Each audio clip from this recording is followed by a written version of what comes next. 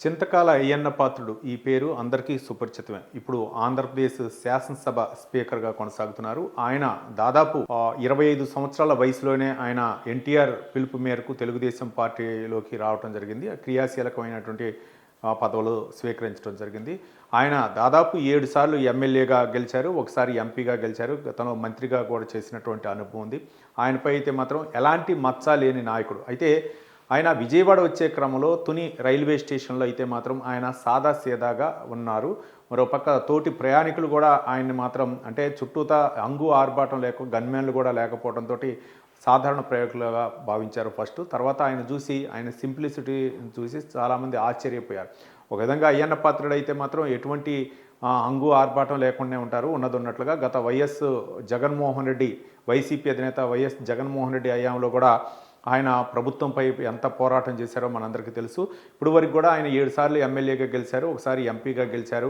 అలాగే వాళ్ళ అంటే ఉమ్మడి విశాఖ జిల్లా నర్సీపట్నంలో ఆయన అయితే జన్మించారు. 1957 సెప్టెంబర్ 4న జన్మించారు. అప్పటి నుంచి ఆయన అంటే తర్వాత విద్యార్థి దశ నుంచే కొంచెం క్రియాశీలకమైనటువంటి రాజకీయాలపై మొగ్గు చూపారు.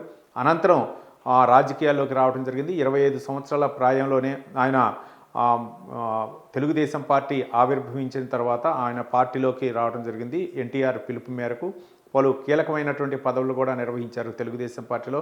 గత వైసీపీ హయాంలో మాత్రం ఆయనపై దాదాపు 25 కేసులు అయితే మాత్రం పెట్టడం జరిగింది. దీంట్లో ఒక 10 కేసులు అయితే మాత్రం రాష్ట్ర సిఐడి పోలీసులే కేసులు నమోదు చేశారు. మరోపక్క ఎలాంటి హింసలు పెట్టినా సరే ఆయన మాత్రం మొక్కవోని ధైర్యంతో అయితే మాత్రం పార్టీకి విశేష సేవలు అందించారు. ఆయన గురించి అసెంబ్లీలో సీఎం చంద్రబాబు నాయుడు చెప్పినప్పుడు ఆయన గురించి ప్రశంసిస్తూ ఉంటే అందరూ కూడా ఆశ్చర్యపోయారు.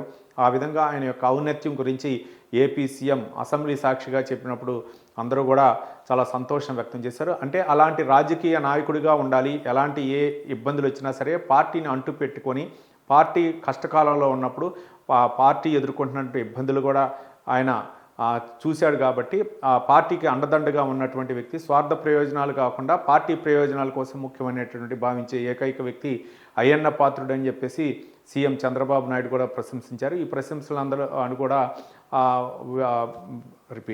ఈ ప్రశంసిస్తున్నటువంటి సమయంలోనే అందరూ కూడా సభ్యులు హర్షధ్వానాలు వ్యక్తం చేశారు. మరోపక్క ఆయన సింప్లిసిటీగా ఉండటాన్ని అయితే మాత్రం అందరూ ఆహ్వాదిస్తున్నారు. మరోపక్క నియోజకవర్గంలో అవ్వచ్చు, లేకపోతే ఇప్పుడు శాసనసభ సభాపతిగా ఉన్న సమయంలో ఆయన ఎటువంటి హంగు ఆర్భాటం లేకుండా ఉండటాన్ని అయితే మాత్రం ప్రతి ఒక్కరు ఆయన్ని ఆదర్శంగా తీసుకోవాలని చెప్పేసి భావిస్తున్నారు.